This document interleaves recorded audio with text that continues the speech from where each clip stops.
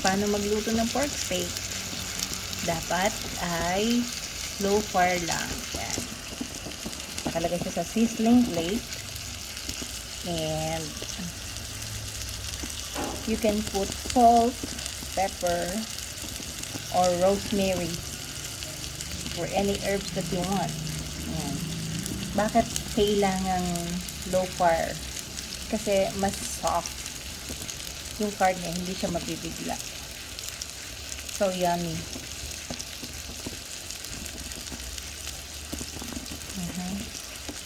Yummy, yummy for the tummy.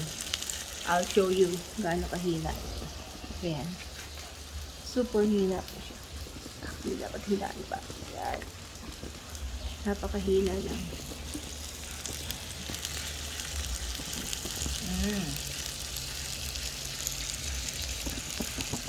Ito nyo naman. Lumalabas yung juiciness. See? Ayan. Lumalabas ang juiciness. And then, may part na bone.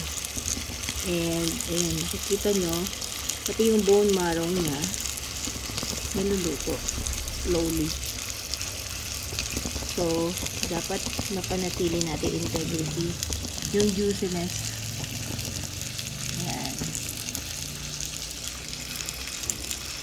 Okay, kitang-kita ang juiciness ng karne.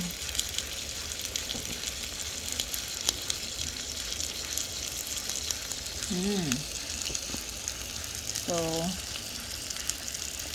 ayan. Ang masarap na kapartner nito ay French fries. At anong masarap na sausawan ng French fries? Cheesy and yung cheesy yung cheese na sauce, cheese sauce, and a little bit of mayonnaise sauce. You can put either garlic or probably magsa-side dish ka ng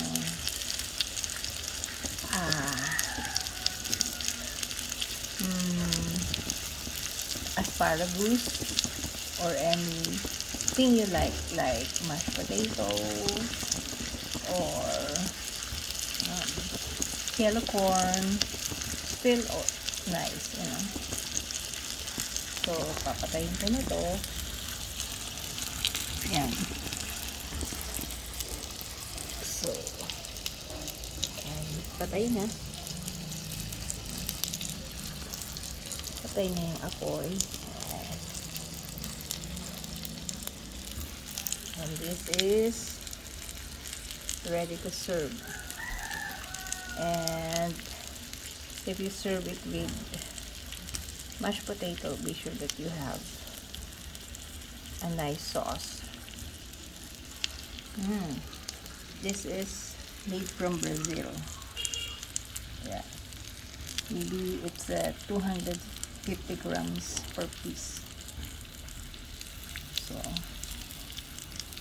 So yummy, yummy. Kita nyo, medyo reddish pa siya. It means ayan, may juicy pa inside. So it's nice to have that juiciness because you can really taste yung sarap. Even parang it will melt in your tongue. Kasi pag dry na, hindi na siya masarap. Okay, happy eating everyone. Till next time. Yan, pork steak. It's simple. You just put some salt and a little bit of pepper, and there you go. Cook it slowly for like 5 minutes on the other side, and another 5 minutes on the other side, and ready to go, ready to serve, and enjoy it. Happy eating.